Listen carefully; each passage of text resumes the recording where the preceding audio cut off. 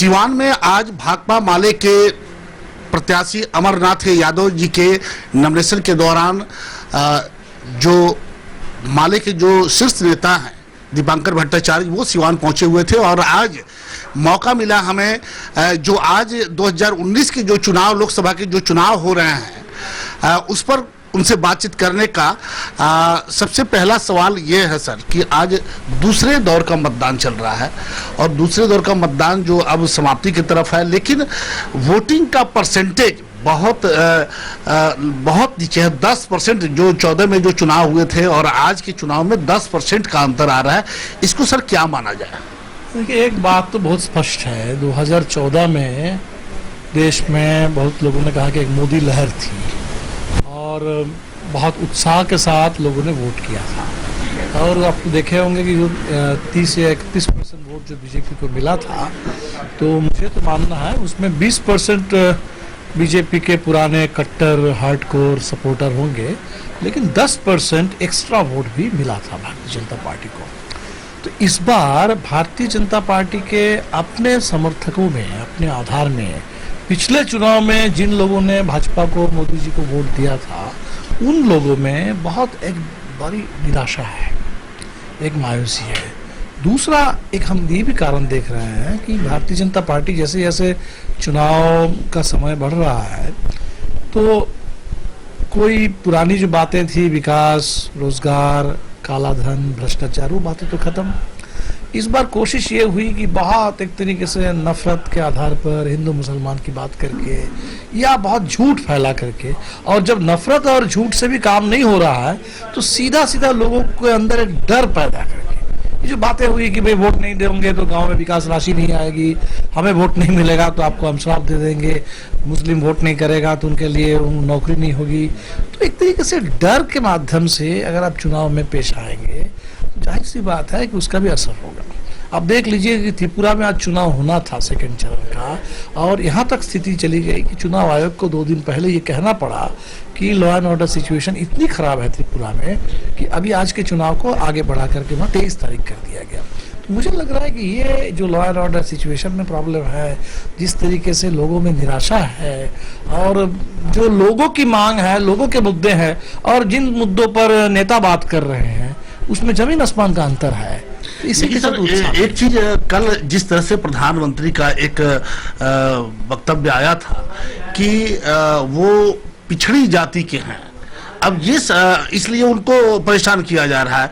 अब ये समझ में नहीं आ रहा है कि आखिर पहले हिंदू मुसलमान हुआ, अब पिछड़ी जाति की बात आ रही है, तो आखिर ये क्या संदेश देना चाहते हैं? अगर आपने 14 से लेके 19 तक आपने विकास किया, तो विकास पे बात क्यों नहीं हो पा रही? बिल्कुल बिल्कुल, ये दरअसल इनके पास करने के लिए बात है ही नहीं, क्योंकि उस समय उन्होंने कहा था कि 60 साल कांग्रेस को मिला है, 60 महीने मुझे दे दीजिए, 5 साल में हम ठीक करेंगे।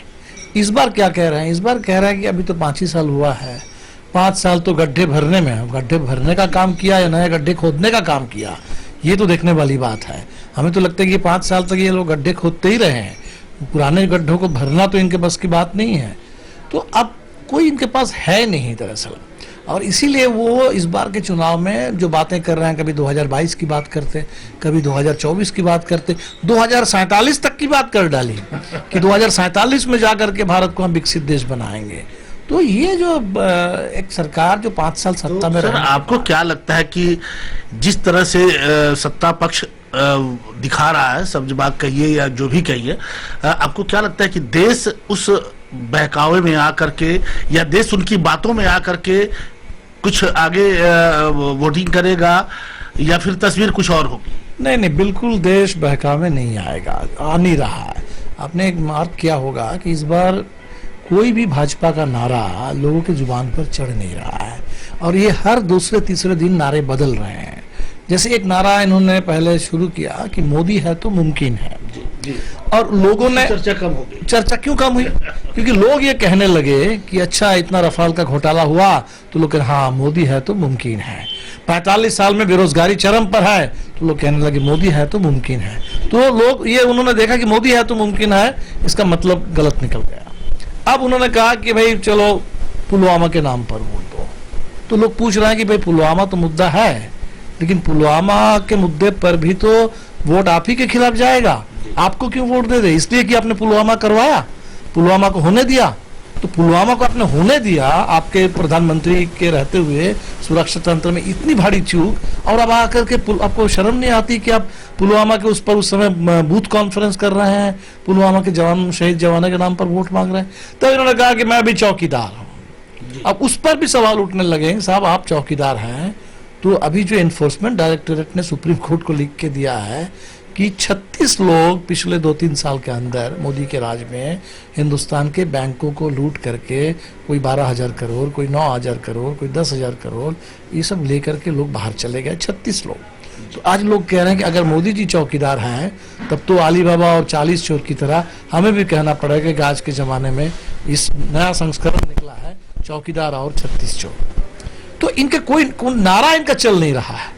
तो नारे जब चल नहीं रहे हैं, इसलिए उनके बॉडी लैंग्वेज देखिए, उनका बौखलाहट देखिए, लोगों को डराने की कोशिश है। तो मैं समझता हूँ कि उनको समझ में तो आ जाएगा कि ये देश में इतना बड़ा देश है, गुजरात नहीं है, कि आप किसी तरह एक दंगा करके, एनकाउंटर करके, एक बहुत पूरे तंत्र को अपने कब्जे में लेकर के आप चला ले सकते हैं 15 साल। हिंदुस्तान बहुत बड़ा देश है।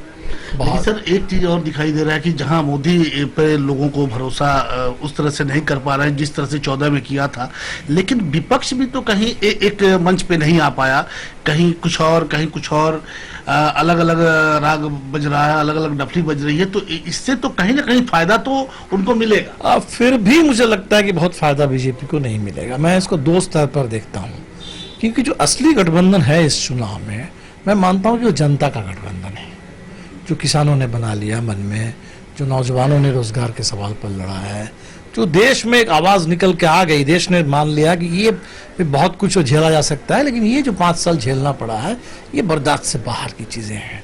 संविधान का कोई मतलब नहीं है, कानून का कोई मतलब नहीं है, देश के इतिहास का कोई मतलब नहीं है, लोगों का कोई मतलब नहीं है। ये लग रहा है कि कोई एक माफिया तंत्र ने कब्जा कर लिया था पूरे मुल्क पर।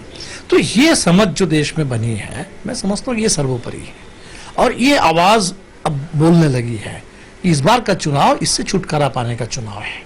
जैसे 77 वाला चुनाव था, मैं समझता हूँ कि करीब करीब वैसा ही एक चुनाव है, बल्कि 77 से इस मायने में भिन्न है। 77 आपातकाल के खात्मे के बाद 77 का चुनाव हुआ था, और लोगों ने ये कहा था कि दोबारा आपातकाल ना हो।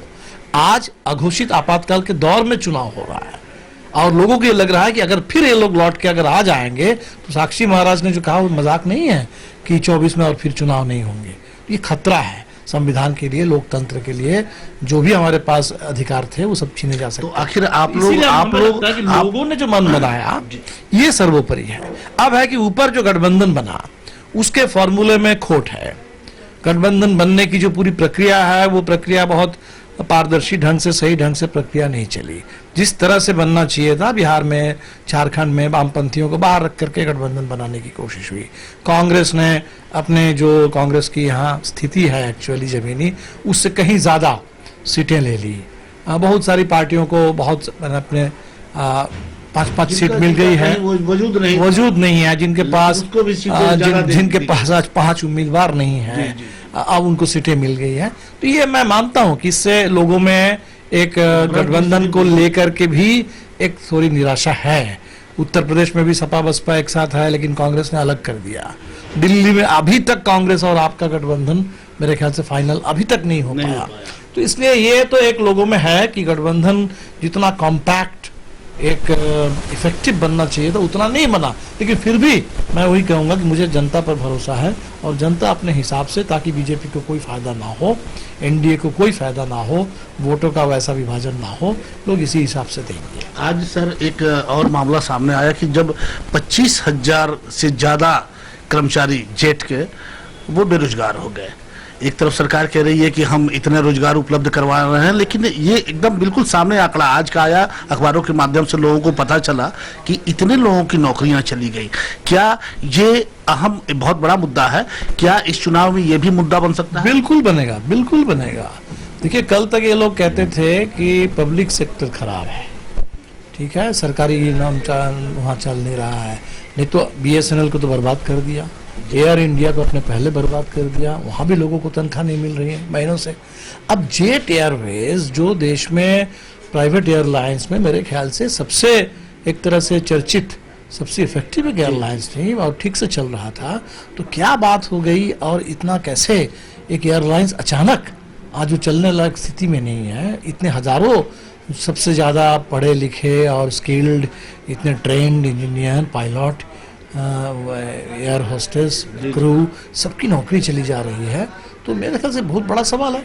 अब वो कहेंगे कि आप कहेंगे ये तो प्राइवेट का मसला है, हम क्या जानते हैं। और जब हम सरकार की नौकरी की बात करते तब कहते हैं कि अरे आज के ज़माने में सरकारी नौकरी कहाँ है, आज तो मुद्रा से आप लोन लेकर के अपना खुद बन जाइए, खुद लोगों को नौकरी दीजिए।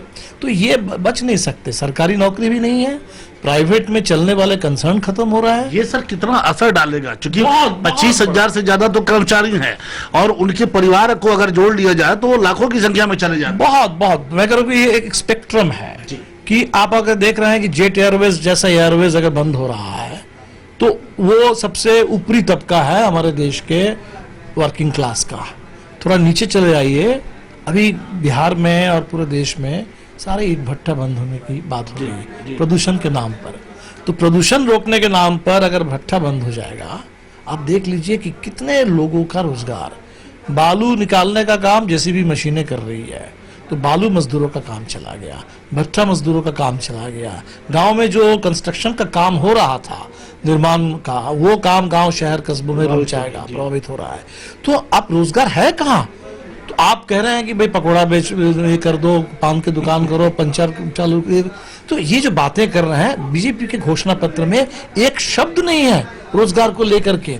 और उल्टे जो दावा किया गया कि मुद्रा स्कीम में कुछ 1,000 लोग माने लोन लोगों को मिला है, 5,000, 10,000, 15,000, 50,000, 1 लाख का भी अगर लोन मिला, क्या होता है उससे? अब उसमें आंकड़े में भी अगर देखेंगे, उसमें जो अमित शाह की चिट्ठी है, अमित शाह के उसमें उन्होंने कहा है कि 17 करोड़ को मिला है। अंदर पढ़िए, वहां कह रहे हैं कि 14 करोड़। तो 14 करोड़ है कि 17 करोड़ है? तो ये पूरे रोजगार के सवाल पर मैं तो मानता हूं कि सबसे बड़ा, क्योंकि 2014 में यही नौजवान थे जो मोदी जी को प्रधानमंत्री बनाने का काम किए थे सबसे ज्यादा देश में, और आज वही नौजवान है जो सबसे ज्यादा निराश है। क्या लग रहा है सर कि जिस तरह से 70 साल कांग्रेस ने राज किया था और उसके खिलाफ जनता ने 2014 में मोदी जी में कुछ देखा कि भाई ये भ्रष्टाचार से मुक्ति दिलवा सकते हैं या देश को आगे ले जा सकते हैं, लेकिन 5 सालों में जो कुछ दिखाई दिया है, क्या ऐसा नहीं लग रहा है कि बीजेपी कांग्रेस के रास्ते पे आगे जा रही है? नहीं, बीजेपी तो कांग्रेस के रास्ता क्या, उससे भी बदतर। क्योंकि देखिए, पहली बात, ये गलत व्याख्या मोदी जी करते हैं। उनको जो 2014 में मौका मिला, कोई 70 साल के जवाब में नहीं मिला, कोई 50-60 साल के जवाब में उनको नहीं मिला।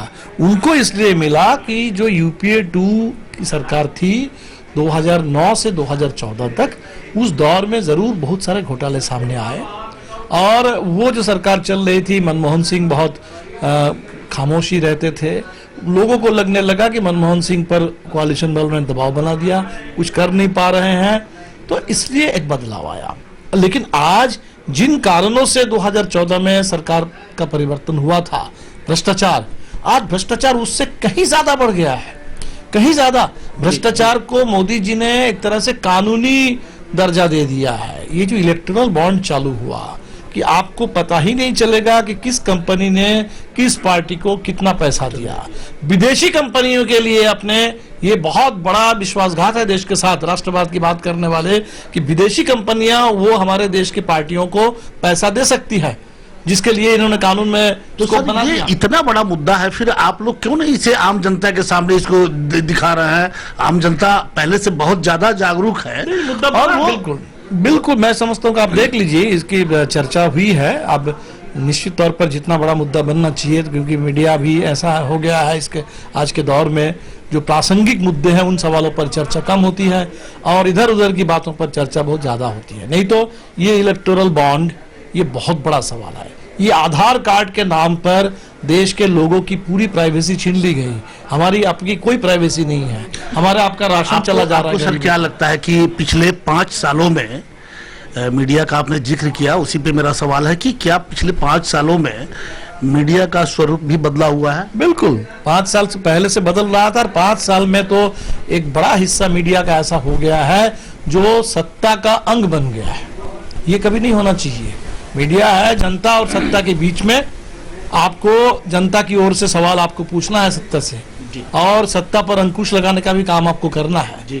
तो उस जगह पे मीडिया हो गया है, लग रहा है कि आईपीएल के चेयर लीडर का काम कर रहे हैं, हाँ, सरकार के लिए। या कुछ लोग कह रहे हैं, एक भाषा है गोदी मीडिया, स्टेनोग्राफी का काम कर रहे हैं। जो वहां से मिला, पुलिस ने जो कह दिया बस आपने चला दिया, कंपनी वालों ने प्रेस रिलीज दे दिया, आपने चला दिया। एक सवाल ऐसा हो गया कि मोदी जी ने एक प्रेस कॉन्फ्रेंस नहीं की 5 साल में, एक प्रेस कॉन्फ्रेंस नहीं। जितने प्रेस कॉन्फ्रेंस है वो सारे प्रायोजित है, सवाल तय है, जवाब तय है, पहले से सवाल पूछ लिया जाता है कि क्या सवाल करने हैं।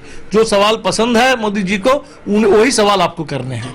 तो ऐसा तो मीडिया को गुलाम बनाने का काम इस देश में पहले कभी नहीं हुआ था। क्या इसका खामियाजा भी देश को भुगतना पड़ेगा? देश को भुगतना ही पड़ रहा है, लेकिन हम तो बस इसी उम्मीद में है कि और ज्यादा नहीं भुगतना पड़ेगा। 5 साल बहुत कम समय नहीं होता है, 5 साल बहुत होता है।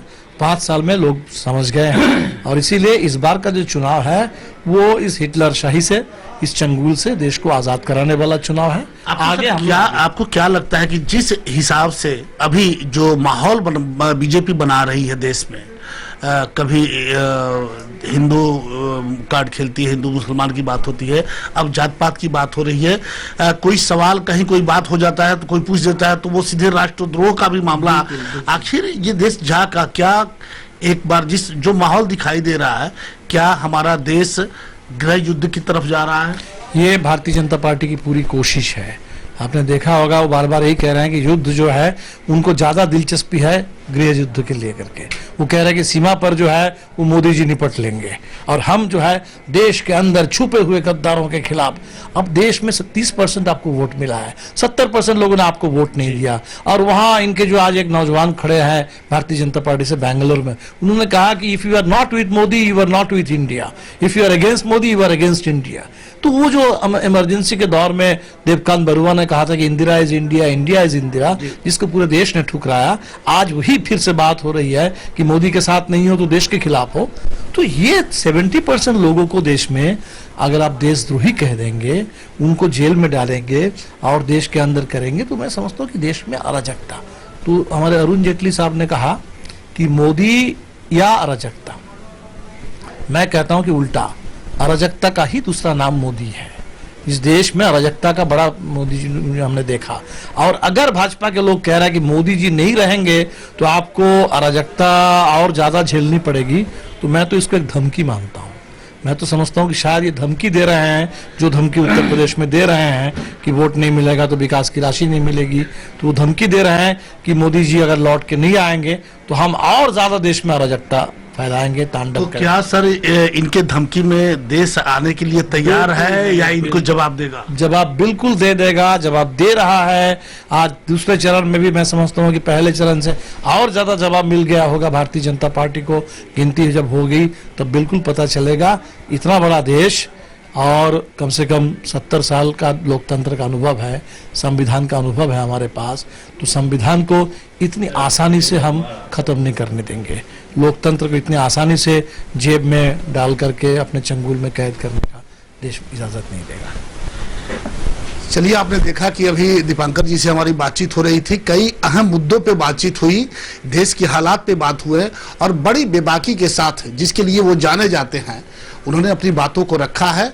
साफ तौर पे उन्होंने कहा कि देश एक अघोषित इमरजेंसी के तौर पे चलाया जा रहा है, और मीडिया के प्रति जो उन्होंने अपना नजरिया रखा कि आज मीडिया का काम सिर्फ सत्ता के साथ नहीं, जनता के साथ होना चाहिए। बिल्कुल सही बात है कि लोकतंत्र का ये चौथा स्तंभ कहीं ना कहीं भटकाव के दौर से गुजर रहा है, और अगर यही आगे इसी तरह से सब कुछ चलता रहा तो कहीं ना कहीं आने वाले समय में इसे देश को भुगतना होगा। हमारी जिम्मेवारी जनता के प्रति है, ना कि किसी नेता और प्रतिनिधि के प्रति। हमारी बिल्कुल जो जिम्मेवारी है वो जनता के प्रति है। जनता के सुख दुख को हमें हमेशा एक विपक्ष की तरह सामने लाना चाहिए, और समय समय पे राजनेताओं को उससे जानकारी लेनी चाहिए, देनी चाहिए। लेकिन कहीं ना कहीं आज मीडिया भी कहीं बहकावे में है, कहीं भटकाव की तरह दौर में है। लेकिन जिस तरह से दीपांकर जी ने अपनी बात को रखा है, वो बात आने वाले चुनाव में अब देखना है कि 23 तारीख को जनता बहकावे में आती है या फिर अपना फैसला सुनाती है।